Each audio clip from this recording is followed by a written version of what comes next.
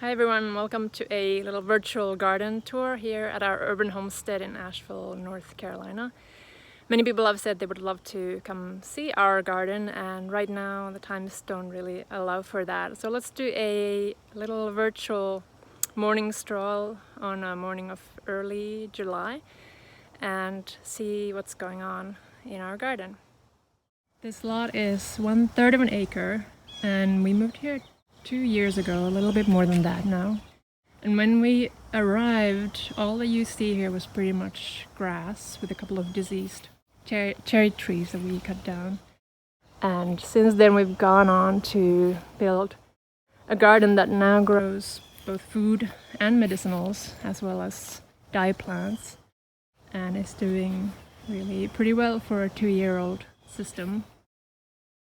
The garden is designed using permaculture principles, and one of the key principles is you start with observation and learn from the land for at least a year before you do anything.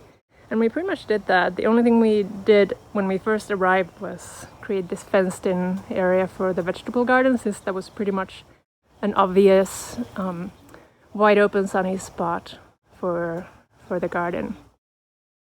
We really used that time to build soil, both here in the vegetable garden, where we double dug all the beds and brought in tons of good compost.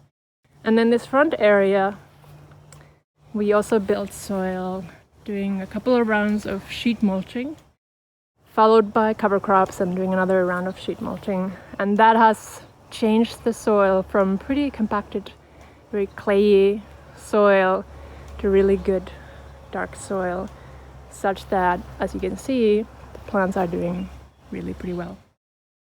And right here, as you enter, is a little berry island with blueberries and strawberries, which those of you who know me know that that's my jam. Here we have some annuals. These are beans grown on a teepee that will make a little hiding spot for our daughter in just a little bit. Jerusalem artichokes here on the right. And over here it's a mix again of perennials and annuals. We have lovage, comfrey, Egyptian walking onion, some ground cherry or husk cherry, borage, and different herbs, tulsi, chamomile, more borage, yarrow, and here is our greenhouse. So at this point the greenhouse just makes me laugh whenever I enter, because as you can see it's becoming a bit of a jungle. Everything here on the right side is cucumbers, both pickling and slicing varieties, and it is pumping out those plants as well as the vines, so I'm having harder and harder time entering at this point. We also have some peppers, eggplants, and a couple of black cherry tomatoes. So flowers have until now been a bit of an afterthought for me. I've been so focused on edibles, I have to admit. And this year I just decided to really invest in flowers, and I'm pretty happy at this point for the results, if for no other reason than because these flowers bring in incredible amounts of pollinators. And I've tried to focus on primarily native pollinator attracting plants. So we have anise, hyssop, a couple of different kinds of milkweed, bee balm, echinacea, and black-eyed Susan. Here behind the greenhouse is my dye garden. Some of you know I'm really into growing and using natural dyes to dye yarn, and pretty much every plant in this area, except for those gorgeous sunflowers, makes some kind of a dye. Here is Weld, or Dyer's Rocket. And these really pretty pink flowers are Japanese indigo, which make blue. Marigold, which makes a sunny yellow. In that box is madder root, which you produce a red dye from the roots. Zinnias make a beautiful color, and then in the back, black-eyed Susans. And the reason why I chose this location for the dye garden is that our neighbors have this retaining wall built out of old railroad ties, which are treated with some pretty nasty stuff. So we decided we don't want to grow anything edible in this area, but we can grow dyes, and that works really well. Plus, we get this bouquet of flowers here every year.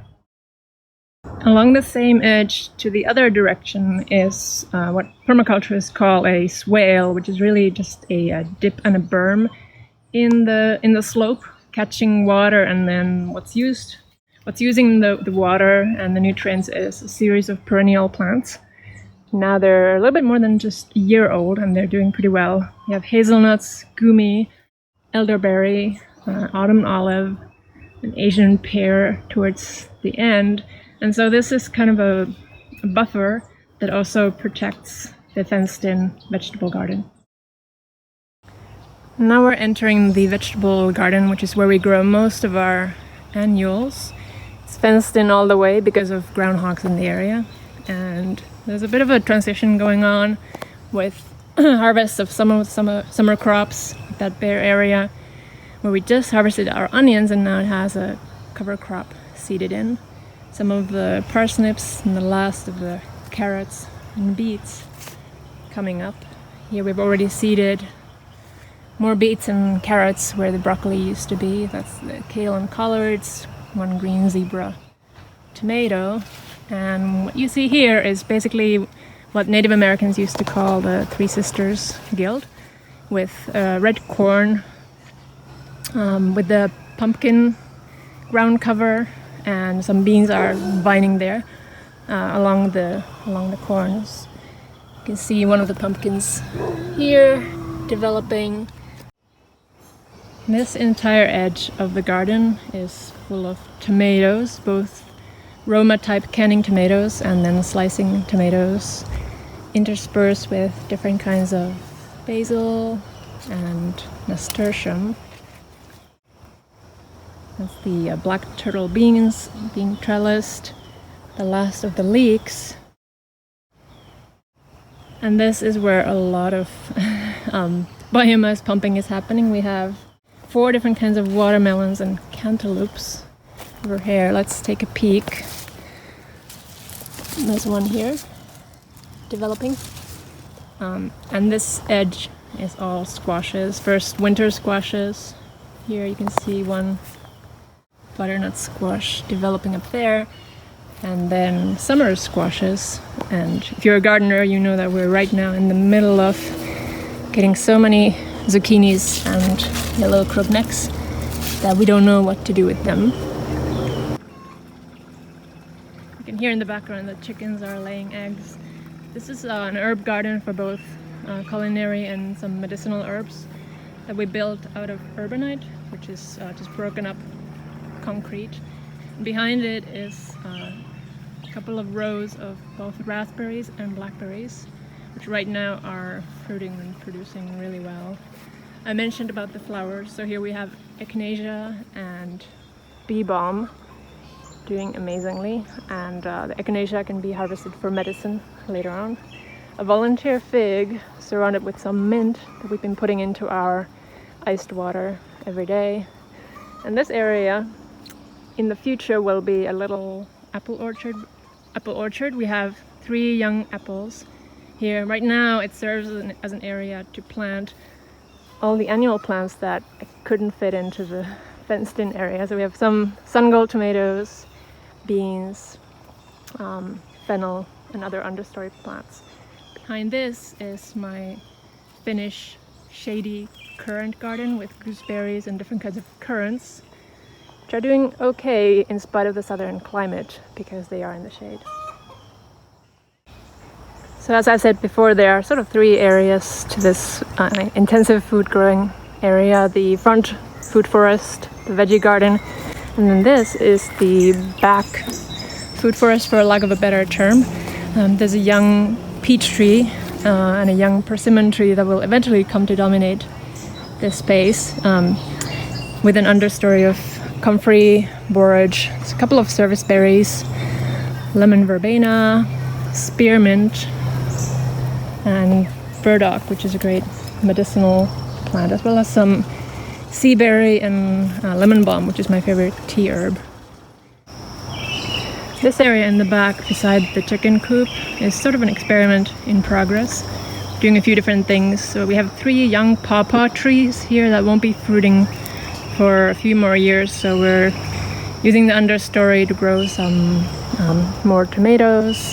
It's a quinoa experiment in the back. Quinoa is not supposed to do really well in our region, but what the heck, I can try anyway. We have nettles in the very back, raspberries, and an extension of our potato beds.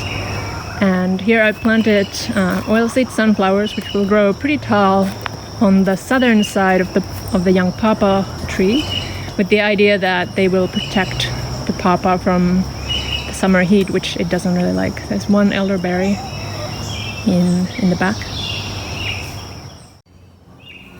Forgot to mention a couple of important areas for our staple crops. This triangle area is for sweet potatoes, which we just planted a couple of weeks ago, and they are getting over their transplanting shock and getting going. And this area over here is a potato bed which we created during the first days of the lockdown in March out of scrap materials, because we didn't want to go to the store, and I'm finished enough to really value my potatoes. So we have 3 different varieties, including a blue potato here, keeping us fed.